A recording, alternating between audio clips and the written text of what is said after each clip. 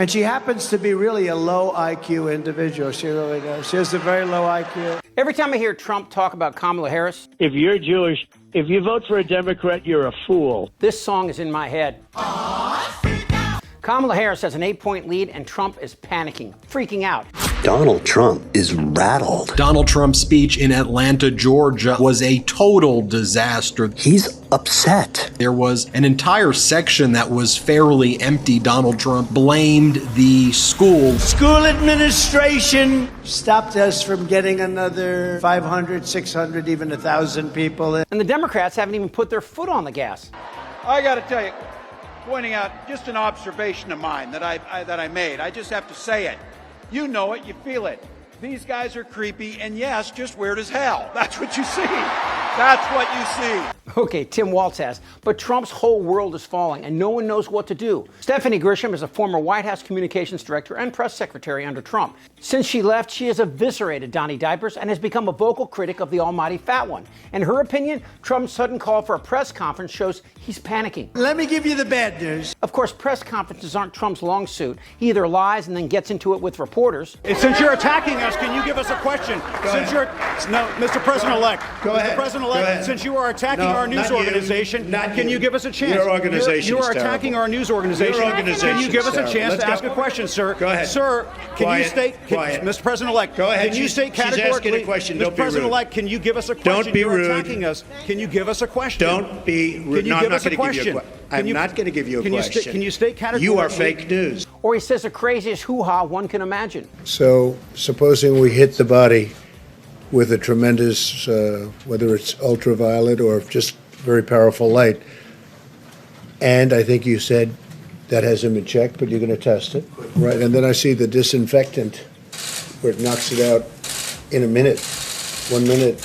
And is there a way we can do something like that by injection inside or? But Trump is panicking because the inevitable is coming. While Harris and Waltz are advertised as liberals, they ain't. He's a Midwest governor, a veteran, and a football coach. She's a law and order candidate who supports victims. Of course, that also means victims of corporate corruption, greed, and excess, and looking out for people who are simply trying to live their lives, such as the poor and immigrants, LGBT, minorities, and women. You've got people who will see that offer from the Democrats, from the progressive Democrats, Alexandria Ocasio-Cortez. Here's the Green New Deal, here's a guarantee of a job. And think, yeah, that's what I want, that's simple. What do you say to those people?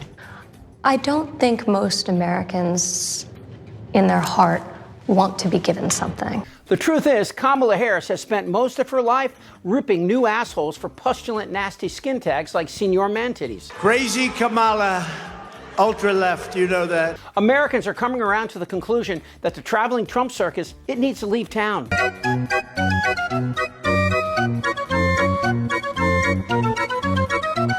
Here's how you know Trump is freaking out. Last week, he said he wouldn't debate Harris on September 10th on ABC and had instead agreed on a date with Fox News. Harris said, sorry, Charlie, to Fox News debates because of the obvious. The moderators can't control this freak show. In regards to that ABC debate, Harris taunted Trump. So he won't debate, but he and his running mate sure seem to have a lot to say about me.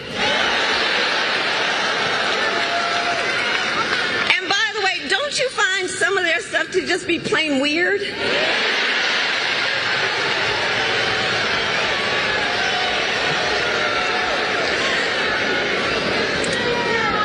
Well, Donald,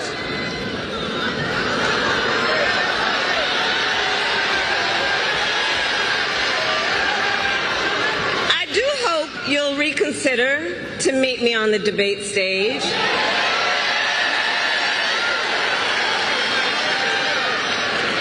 Because as the saying goes, if you got something to say, say it to my face. And called Trump a chicken for backing out. Here's what Donnie said. The debate that had been previously agreed to was with Joe Biden, so the debate agreement was null and void. But that's not true. The ABC News debate qualification stipulation was not between candidates by name, but by the nominees of the parties. So now Trump is hinting he'll do the ABC debate, which you and I know will be a disaster for him. Joe Biden is 81, and while mentally sharp, he's frail and soft-spoken. That's not Harris's MO. The government should not be telling that woman what to do with her body. This evokes, in my mind, very fundamental rights, including the right to freedom for each individual to make a decision about what is in their best interest, the best interest of their family. Trump knows that Kamala Harris is going to skin him alive, and all Trump has are these 3 talking points. One is a reasonable debate point, and the other 2, cuckoo. Trump will say, 1, you were a disaster on the border. Yeah, she didn't visit the border in the first 6 months because that would do what? Is she going to personally grab undocumented people coming across? She could say to the press, yes, I visited the border and there is definitely a border. Harris, though, will respond by saying, we worked out a great border deal. Ask conservative Senator Jim Langford. Trump and Mike Johnson killed the bill because Trump wanted to run on immigration. Why were you against the House, against the Senate border deal, the bipartisan border? Well, they allow 5,000 people a week. Number one, that, but it also made it much better for the opposing side. Number 2, Trump will say Harris wrecked California. Except that California is the 5th largest economy in the world. Maybe Harris could wreck Mississippi or Louisiana, the 1,056 best economies in the world. That's a good one! But then there's number 3, Crazy Trump, who tweeted this. What are the chances that crooked Joe Biden, the worst president in the history of the U.S., whose presidency was unconstitutionally stolen from him by Kamala, Barack Hussein Obama, Crazy Nancy Pelosi, Shifty Adam Schiff, Crying Chuck Schumer, and others on the lunatic left, crashes the Democratic National Convention, tries to take back the nomination, beginning with challenging me to another debate. Biden feels that he made a historically tragic mistake by handing over the U.S. presidency, a coup, to the people in the world he most hates, and now he wants it back, now. Wow, that's insane, right? And that's the problem with Trump. Everyone has heard his whiny bitch for 8 years, and even his most ardent supporters are saying, no mas. I am a registered Republican. And I'm a lifelong Republican. Matter of fact, I have never voted for a Democrat in my entire life. I've been active all my life as a Republican. I voted for Donald Trump. Not my proudest moment. I will not be voting for him again. Trump sees what's happening and he knows the end is coming, and it's coming soon. And when he loses, he will of course claim it was rigged, sounding like the petulant child he is. You know it, you feel it. These guys are creepy and yes, just weird as hell. Yeah, that too. With a straight face, you're going to tell me that electing a woman is unprecedented?